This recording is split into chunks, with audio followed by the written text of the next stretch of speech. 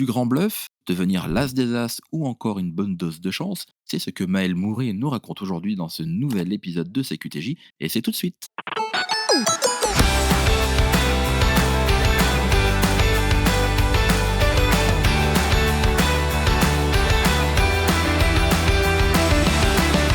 Bonjour et bienvenue à tous pour ce 52e épisode de C'est quoi ton jeu. J'espère que vous allez bien en ce 16 avril 2024. Vous êtes nouveau sur ce podcast, pas de souci. Voici ce que vous allez trouver.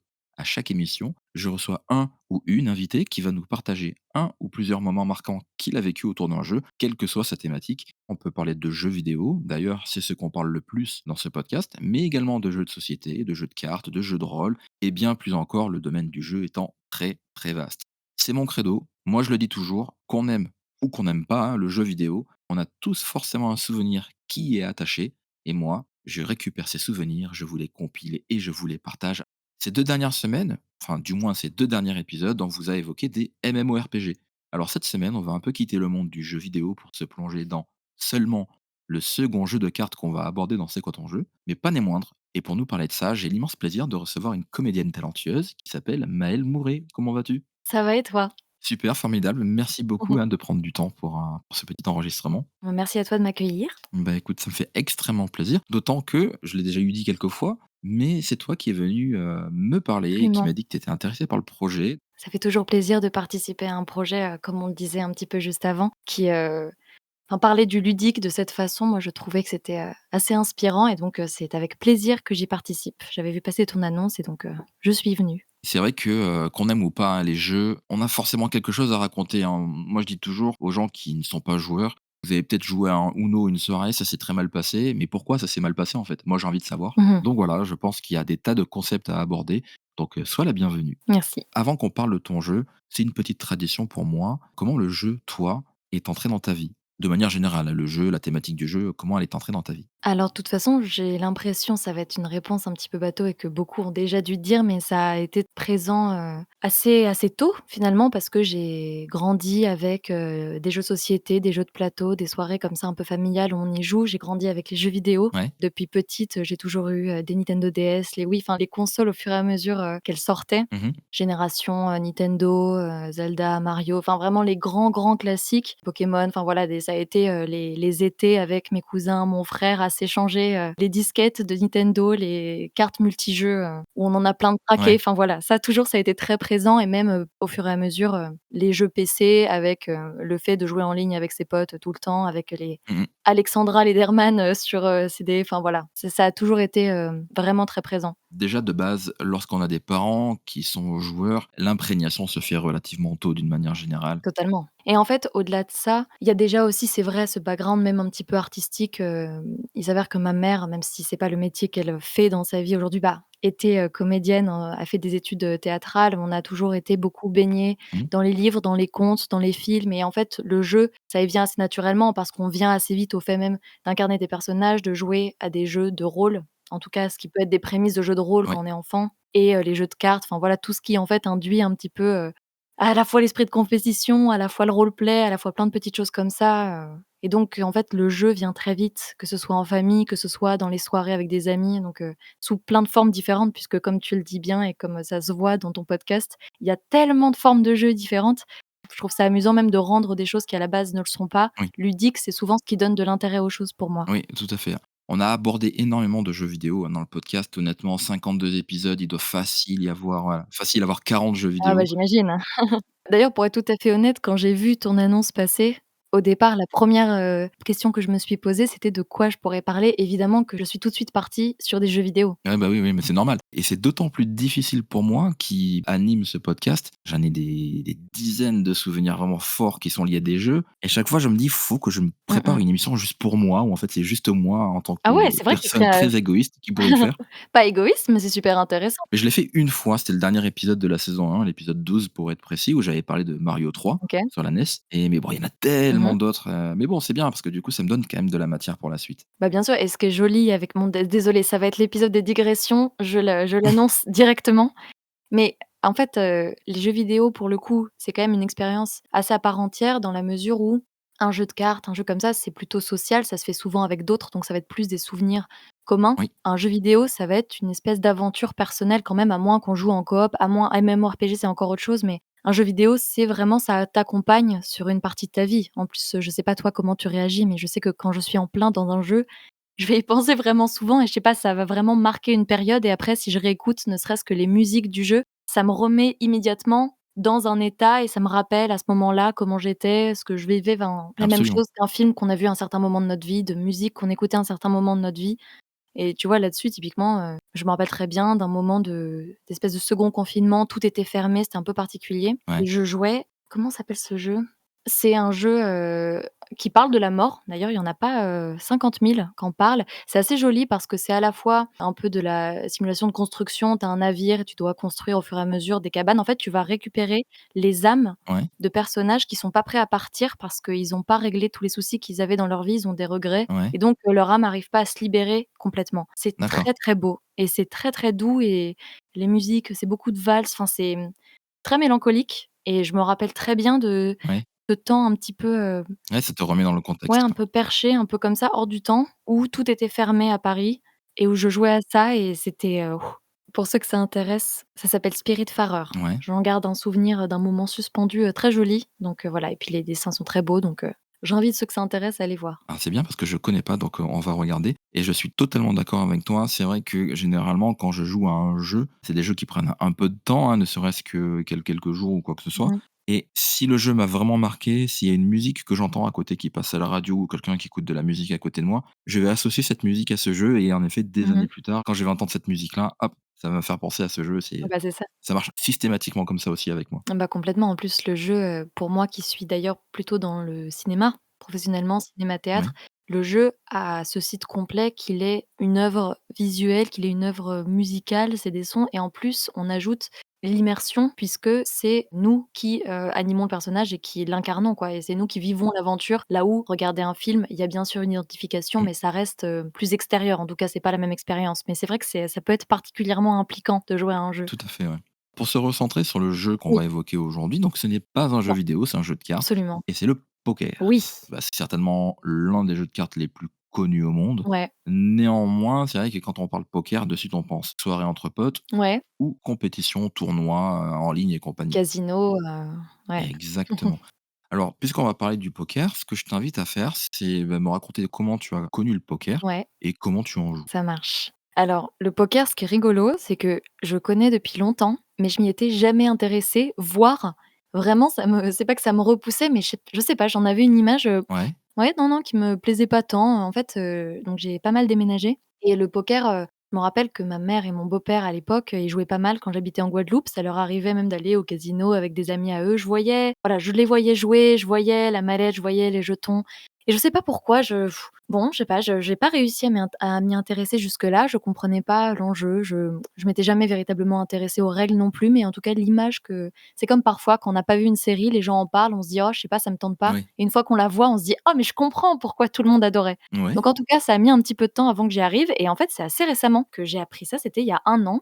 On sort, du taf avec, des amis/collègues et en fait, on parle de poker et il y a un de ces amis-là qui est vachement dedans, qui aime bien et qui m'en parle et la façon dont il m'en parle, l'énergie avec laquelle il m'en parle, d'un coup m'intrigue et je lui dis: «Bah, écoute, en vrai, j'aimerais bien que tu m'expliques, exactement les règles, comment ça marche» et on est allés, donc se s'asseoir à 3 dans un bar ouais. et on a commencé, ce verre/apprentissage du poker Ah, trop bien. et j'ai tellement adoré qu'en fait, on est arrivé à 17h30 au bar, on est reparti, il était minuit et on a fait que boire des bières et jouer au poker et en fait, découvrir ce jeu-là, j'ai compris. Je pensais pas qu'il y avait autant d'adrénaline dans ce jeu. C'est-à-dire que je pensais un petit peu bêtement que c'était d'accord, très bien, un jeu de cartes. Mmh. Ce qu'il y a de plus classique et la dimension que j'avais pas, véritablement saisie, c'était à quel point, en fait, c'est beaucoup plus un jeu de mental Ouais. qu'un jeu véritablement, de cartes, bête et méchant. En fait, en comprenant, en fait, l'aura du poker et ce que c'est, là, ça y est, ça a en plus commencé à titiller en moi un petit esprit de compète que j'aime bien, enfin j'adore et donc à partir de ce moment-là, j'ai commencé à vraiment pas mal m'y intéresser, à jouer avec des amis. J'ai même commencé à jouer sur Winamax. Ouais. Ouais, ouais, ouais. En plus, c'est assez rigolo parce que j'ai vraiment commencé à jouer pas mal sans être une pro, mais ça m'a titillé, ouais, j'y ai joué pas mal et donc on y reviendra, mais Il y a eu plusieurs situations un peu marrantes même, j'étais en voyage et j'arrêtais pas de jouer tout le temps dès que j'avais 2 minutes, sans être attention puisque ça existe, les addictions aux jeux et notamment à ce Oui. type de jeu-là, attention. En l'occurrence, moi ça va, c'est raisonné, mais en fait on c'est très complet en fait, comme discipline et j'ai découvert ça et maintenant, sans forcément me projeter dans un avenir, de joueuse pro, j'ai un peu envie de me perfectionner et de plus en plus entrer dans, la stratégie parce qu'après il y a énormément de choses. Le poker, c'est tout un monde, c'est tout un vocabulaire, c'est toute une, Oui. discipline, c'est énormément de choses à connaître pour commencer aussi à jouer bien. C'est-à-dire qu'on peut au début s'amuser en amateur et une fois qu'on commence à arriver sur des tables où ça joue, bon là, faut se muscler pour pas se faire, dépouiller, en 2 secondes, quoi. Ouais, c'est ça. Non seulement des règles, il en existe, une sacrée tartine Mmh mh. et puis surtout, comme tu l'as dit, c'est un jeu de cartes qui est complet. Donc on y joue bien avec 52 cartes et éventuellement des jetons pour représenter les mises Ouais. et les surenchères et tout ça. Bah, surtout qu'il y a Oui, plusieurs c'est ça, formats aussi. Même sur Winamax, il y a plein de formats différents, selon le nombre de joueurs à une table. Il y a aussi les positions qui changent et donc oui, tout l'enjeu change. Là où tu vas jouer des expressos, ça va être très vite des tables de 3. Donc en fait, comme une finale de tournoi, alors que, il y a des choses qui les tournois, c'est de beaucoup plus longue haleine. Tu as du cash game qui est pas du tout le même enjeu non plus. Enfin, j'ai pas une connaissance exhaustive de tous les formats, mais déjà de ce que je joue, il y a vraiment, déjà beaucoup de variétés et beaucoup de changements, mais justement, je trouve ça dingue qu'il y ait autant de branches dans un même jeu, dans une même discipline. oui, c'est ça, avec seulement 52 cartes au final, Exactement, quoi. exactement. Et non, moi, ce que je trouve fort dans le poker, c'est au-delà du fait que ce soit un jeu de «société» entre guillemets, parce que tu ne Mmh. joues pas tout seul, tu y joues au Non, moins avec 2 3 personnes. ouais. C'est l'aspect compétition, ça c'est évident. Mmh mh. L'aspect, réflexion, stratégie, le bluff et tout Ah ça, bah, c'est tout carrément. autant de choses qui font, comme tu le dis, enfin ça te muscle, un truc de ouf, quoi. Mais exactement. En plus, tu vois, tu parles du bluff, ça, c'est quand même une chose que j'ai rarement retrouvée dans un autre jeu et notamment un autre, jeu de cartes. C'est quand même qu'une grosse différence avec le poker, c'est que tu prends des décisions sur une base d'informations manquantes Oui, et ça, je trouve ça dingue parce qu'en fait, on n'est plus dans, une espèce d'entité objective qui existe et tu prends des décisions par rapport à ça. Tu es, confronté en permanence à un hasard et à une ignorance et en fonction de ça, tu prends des décisions et ce qui est dingue parce que c'est possible de bluffer, c'est que ça parfois tu peux te dédire complètement de la qualité réelle de ta main pour simplement jouer agressif oui. et jouer dans le bluff. Enfin, je trouve ça démultiplie les possibilités de jeu, en fait. Parce que tu joues même plus en fait, là, si on en arrive à un peu la méta du poker, mais tu es même plus obligé de jouer vraiment avec tes cartes tant que les autres croient que tu as Oui, des c'est cartes. ça. Enfin, c'est du mind game, c'est dingue. Et en fait, je suis sûr qu'en étant comédien de base, on a peut-être un peu plus de chance à être bon au bluff. Peut-être. Alors ouais, c'est je sais pas du tout. Ça, c'est possible parce qu'après aussi, là, il y a une grosse différence et je l'ai ressenti il y a pas longtemps parce que j'ai rejoué au poker avec des amis, mais en face, là où sur Winamax, on voit pas. Ça aussi, en fait, c'est alors, Ouais, je vais essayer de pas m'éparpiller parce qu'il y a 1000 choses qui sont trop intéressantes. Déjà, la grosse différence entre jouer en ligne et jouer à table avec, des gens en face de soi, c'est que tu vois pas les réactions des autres sur, Winamax. Qui peut être un avantage dans le sens où, on ne voit pas, on ne ressent pas ta nervosité, en tout cas, elle est pas visible. Par ailleurs, certains joueurs qui pourraient avoir tendance en face oui, à être, très expressifs pour essayer de te déstabiliser, là, tu n'as pas ça. Par contre, il y a quand même des choses qui sont mises en place et c'est drôle de voir à quel point le cerveau humain s'adapte et capte des mini choses, à tort ou à raison et qu'elles soient vraies ou, justement simulées pour te faire croire que, mais par exemple sur Winamax, ouais, certes, tu n'as pas la réaction, les mimiques des visages des gens. Par contre, oui, une information qui peut être utile, c'est le temps qu'ont les autres à réagir. Parce que tu vois, à chaque fois qu'il y a, bah, flop, turn, river, tu peux donc, check, tu peux donc, miser, enfin, tu peux suivre si quelqu'un a remisé. Toi, tu peux, augmenter le pot. Enfin, voilà, tu peux avoir en tout cas une range de décision, bah, de 3 possibilités et il y a un temps qui est alloué à chacun pour prendre une décision. Bah, si quelqu'un met du temps, tu peux dire: «Ah, il hésite, il sait pas ce qu'il fait». Au contraire, réagir très vite. Déjà ça, le temps de réaction en ligne peut être une donnée et parfois tu peux faire exprès de mettre du temps à valider ton choix pour que les autres se disent: «Ah mais elle hésite, donc en fait elle a pas une main terrible», alors que si. oui, Et en plus, ce qui est dingue, c'est que c'est une méta qui se met au fur et à mesure. Par exemple, il y a quelque chose au poker oui, c'est pas vraiment une notion, mais tu payes pour voir jouer les autres. C'est en fait pour comprendre eux, leurs tactiques, parce que c'est pas quelque chose qui se joue sur une main. C'est-à-dire que si moi, en fait, à chaque fois que j'ai une bonne main, je vais mettre du temps à répondre, voilà, ça va marcher une fois, 2 fois et puis les autres après ne s'y laisseront plus prendre. Il s'agit aussi d'établir une stratégie long terme pour les perdre et c'est ça, enfin c'est il y a tellement de choses à faire dans ce jeu, je trouve ça dingue. c'est mind brain, mais pas seulement sur, une main, c'est sur l'intégralité d'une partie parce que les tu enregistres les comportements des joueurs sur les Exactement. parties précédentes. C'est ça et puis quand tu commences à vraiment être très chaud, là, tu commences carrément à, enregistrer toutes les mains, comment ils ont joué quoi. Au-delà de ce moi, au niveau où j'en suis, qui est tranquille,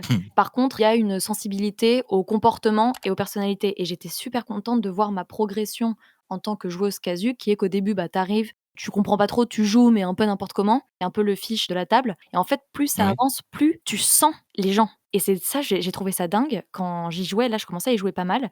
J'ai développé une technique qui est beaucoup plus agressive, où d'un coup tu perds les gens parce qu'en fait, si tu mises beaucoup sans parce que là, c'est encore autre chose, hein, quand tu joues pas aussi avec du vrai argent, Oui. il peut y avoir des joueurs qui jouent n'importe comment et qui font, en permanence du tapis pré-flop, ce qui est insupportable.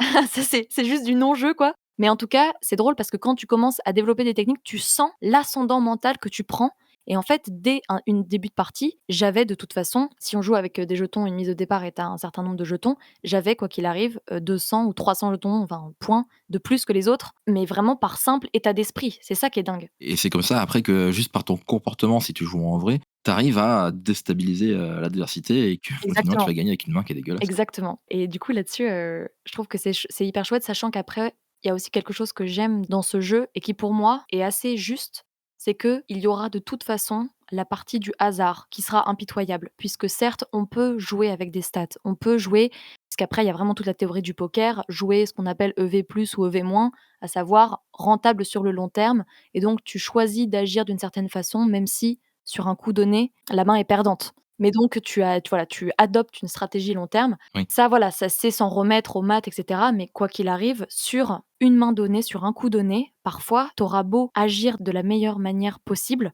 et bah, bam, à la river, il va y avoir une carte qui sort et quelqu'un, d'un coup, a une main incroyable et te bat. Mais je trouve qu'il y a un peu cette satisfaction du soldat qui s'est bien battu parce que de toute façon, c'était impossible de prévoir. La Ouais, statistique c'est est c'est si ça. faible et je trouve que j'y trouve une certaine paix, du coup. Parce que là où il y a certains jeux où en fait, il s'agit juste de connaître au maximum tous les scénarios possibles et donc d'établir, 50 000 coups d'avance, là, il y a cette espèce d'impitoyable hasard qui arrive et qui de toute façon agira quoi que tu fasses et donc le truc de se dire: «Bon, bah, là, vraiment, j'ai joué au mieux possible qu'il était possible de faire avec les informations que j'avais».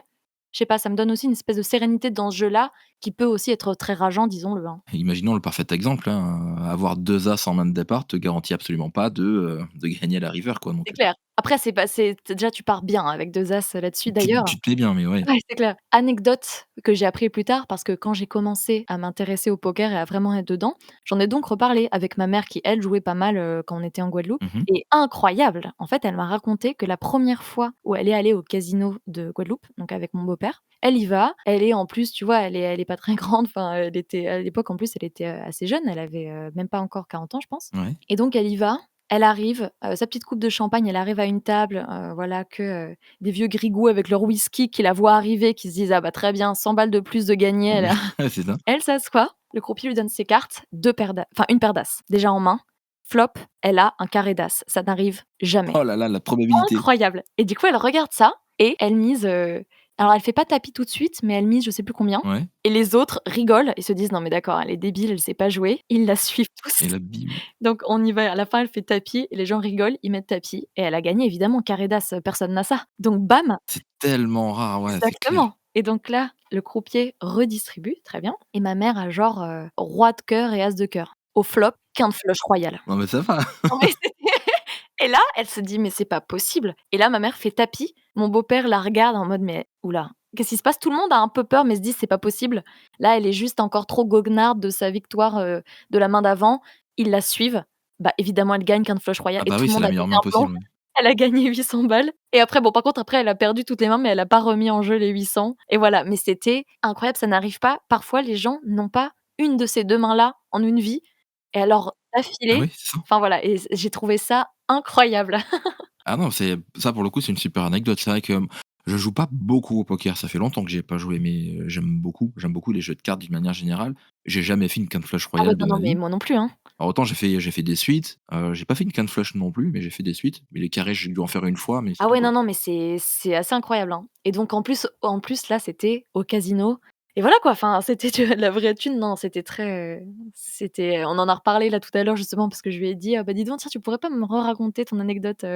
du Ah ouais, c'est poker et chouette. c'est vrai qu'elle en garde un souvenir, excellent. Tu dis que, bah, tu t'es mis au poker il y a à peu près 1 an, tu joues un petit peu sur Winamax, mais vu à quel point ce jeu, te cristallise un petit peu, est-ce que tu as l'intention de faire des tournois ou pas? J'y réfléchis. En fait, j'aimerais sûrement bien. Maintenant, j'ai envie de me muscler plus. Je pense pas avoir encore le niveau pour un tournoi, de longue haleine où là, par contre, faut Ouais. établir une stratégie sur le long terme. C'est-à-dire que moi, là où, j'ai commencé à être pas si mal à mon humble niveau, c'est effectivement jouer sur des courtes périodes, c'est-à-dire des expressos, c'est-à-dire du cash game où en fait, tu peux très vite être efficace. Donc moi, je suis plutôt pas mal en jeu en petit comité, là où je j'ai pas encore trop éprouvé ma patience et mon sang-froid sur une table où on serait 6 par exemple. Parce que là, d'un coup, c'est beaucoup Oui. plus long et puis en plus 6, faut sortir gagnant de ta table pour rejoindre l'autre poule et ça, pour le coup, je pense qu'il faut que je m'entraîne encore avant de me confronter à ça. Je suis pas sûre encore d'avoir la patience parce que là, ce que j'ai remarqué, par exemple, dans mon jeu, je sais que c'est un axe, d'amélioration, assez important Mmh. et je l'ai notamment vu quand j'étais, en voyage au Québec, justement, comme je te disais, tout à l'heure.